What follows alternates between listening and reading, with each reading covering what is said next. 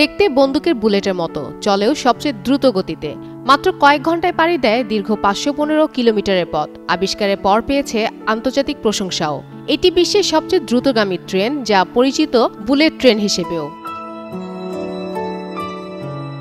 ১৯৬৪ সালে প্রথম জাপানের টোকিও থেকে ওসাকা শহরের মধ্যে চলাচল শুরু করে এই ট্রেন। এর সফলতা আসার পর ফ্রান্স, চীন, দক্ষিণ কোরিয়ার মতো দেশও তাদের নিজস্ব বুলেট ট্রেন নেটওয়ার্ক তৈরির উদ্যোগ নেয়। শুধুমাত্র ইউরোপে উচ্চগতির ট্রেন আন্তর্জাতিক সীমান্ত অতিক্রম করেছে। তবে এই ট্রেনের সূচনা কিন্তু মোটেও সহজ ছিল না। নানা বাধা বিপত্তির মধ্যে আসে আজকের এই সফলতা।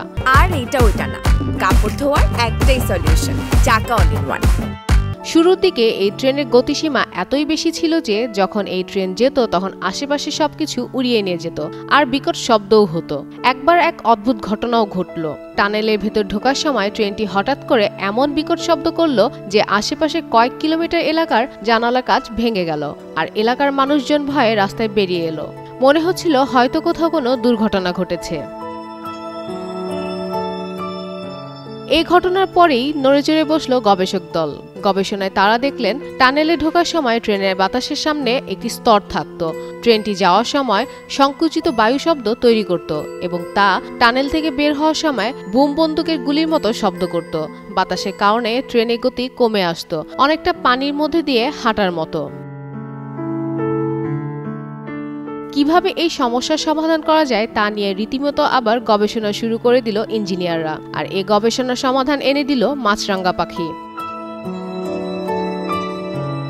একদিন এক ইঞ্জিনিয়ার দেখলেন কিংফিশার, যেটিকে আমরা মাছরাঙা হিসেবে চিনি, সেটি যখন মাছ শিকারে পানির নিচে ডুব দেয় তখন তার লম্বা সরু তীক্ষ্ণ ঠোঁট দিয়ে দ্রুত পানিতে ডুব দেয়, আর এতে কোনো প্রকার শব্দ হয় না। ঠোঁটের পাশ দিয়ে পানি যাওয়ায় সহজেই পানিতে প্রবেশ করতে পারে পাখিটি। এতে ঠোঁটের সামনের অংশ দিয়ে পানির স্তরকে ধাক্কাও দিতে হয় না। ছু করে পানিতে ঝাঁপ দেয় আর খপ করে মাছ ধরে নিয়ে আসে। মাছরাঙা পাখি শিকারের অবস্থান লক্ষ্য করে দ্রুত ঝাঁপিয়ে পড়ে পানিতে। শিকারের সময় পানির দিকে মাথা নিচু করে ছো মারে, প্রয়োজনে পানির ভেতরেও প্রবেশ করে। মাছরাঙার এই আচরণকেই কাজে লাগালেন ইঞ্জিনিয়াররা। ট্রেনের নকশাকারীরা পাখির ঠোঁটের গঠন নিয়ে গবেষণা করেন। তারা দেখলেন পাখির ঠোঁট দুটি ত্রিভুজের সমন্বয়ে গঠিত, যাতে কিছুটা বৃত্তাকার প্রান্ত থাকায় তা একটা চ্যাপ্টা হীরার আকার নেয়, এবং এভাবেই মাছরাঙার ঠোঁট তাদেরকে ট্রেনের নাকের নকশা তৈরি করতে সাহায্য করে। যখন এটি পরীক্ষা করা হলো তখন দেখা গেল নতুন এই বুলেট ট্রেনটি আরও দ্রুত গতির, কম শব্দ তৈরিকারী এবং শক্তিশালী। একই সঙ্গে আগের ট্রেনের চেয়ে ৩০ ভাগ কম বায়ু প্রতিরোধী। বুলেট ট্রেন শুধুমাত্র প্রযুক্তির দৃষ্টি থেকে নয়, এটি দ্রুত, সাশ্রয়ী, নিরাপদ ও পরিবেশ বান্ধব যাতায়াতের একটি আদর্শ উদাহরণ। এটি কেবল ভ্রমণের পথ নয়, বরং অর্থনৈতিক ও সামাজিক উন্নয়নেরও পথ। ফাতেমা ফাতেজান, যুগান্তর নিউজ।